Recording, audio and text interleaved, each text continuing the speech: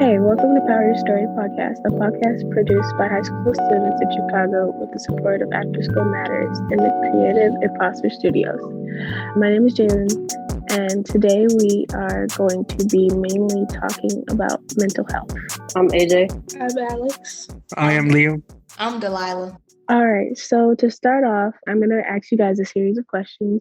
You don't have to answer them if you don't want to, but if you do, feel free to just unmute yourself and talk about it. The first one is, have you ever struggled with your own mental health?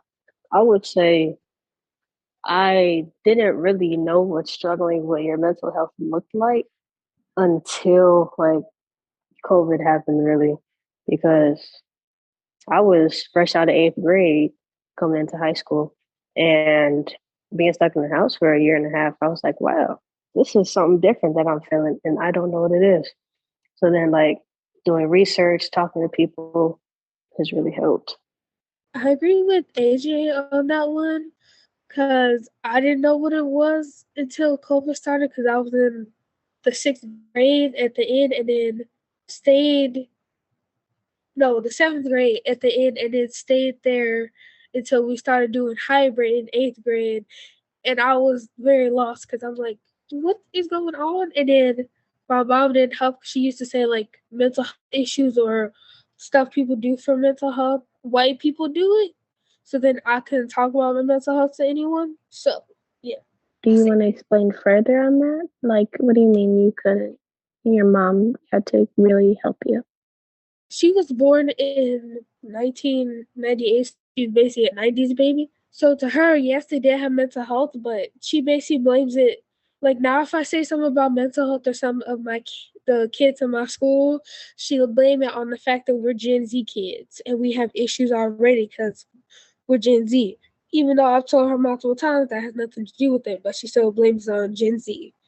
And the white people part for mental health, she basically when they off themselves, or she was basically saying only white people do that, not black or mixed kids, even though all races do it. But you can't tell her that because she only thinks it's Gen Z kids.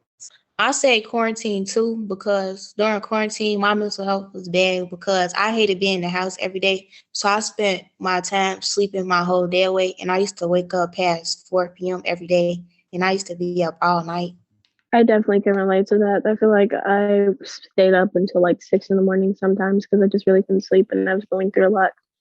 I think I can tell that if I had a really bad day or a really bad mental health at the time, which could be at any time, is that I don't talk to anyone about it, about how am I feeling.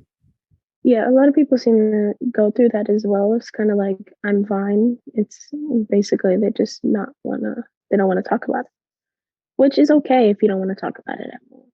Next question is, why is mental health important to you? Mental health is important to me because I feel like a lot of people struggle with it and some people are scared to talk about it. And I feel like it should be a more talked about subject because a lot more people struggle with it than that's actually aware. So people just need to talk about it more, and I think that'll resolve a lot of the issues that we have. Mental health is important to me because my friends go through it, especially the ones that's not straight, because a lot of them have homophobic families. So then they have to basically hide it and deal with mental health knowing they have to hide being who they are.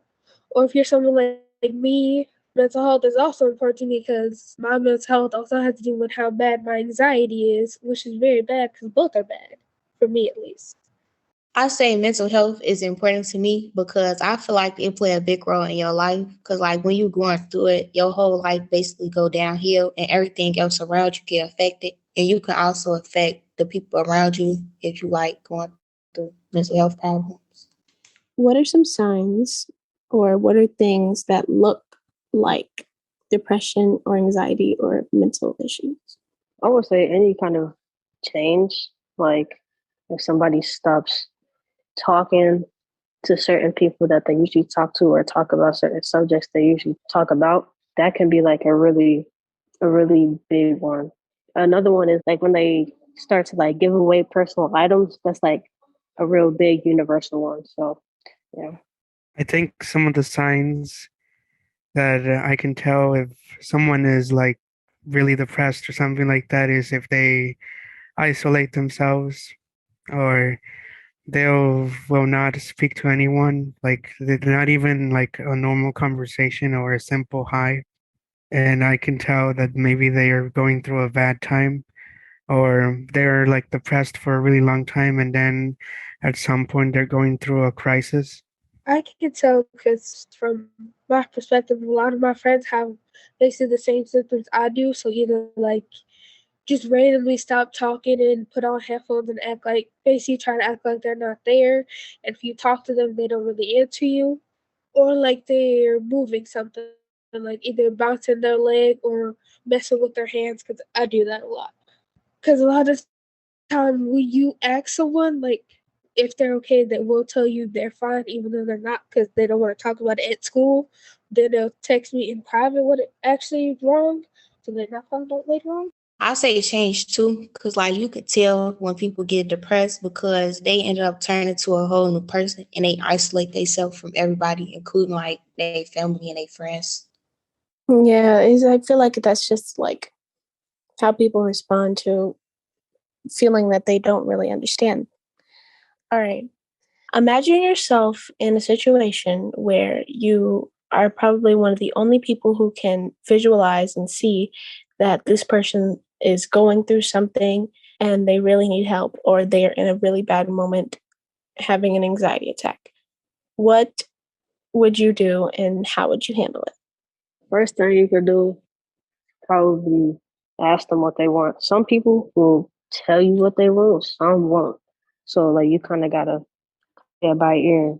And if they tell you what they want in the moment, like say if they tell you that they want to be alone, then that's the moment where you leave them alone.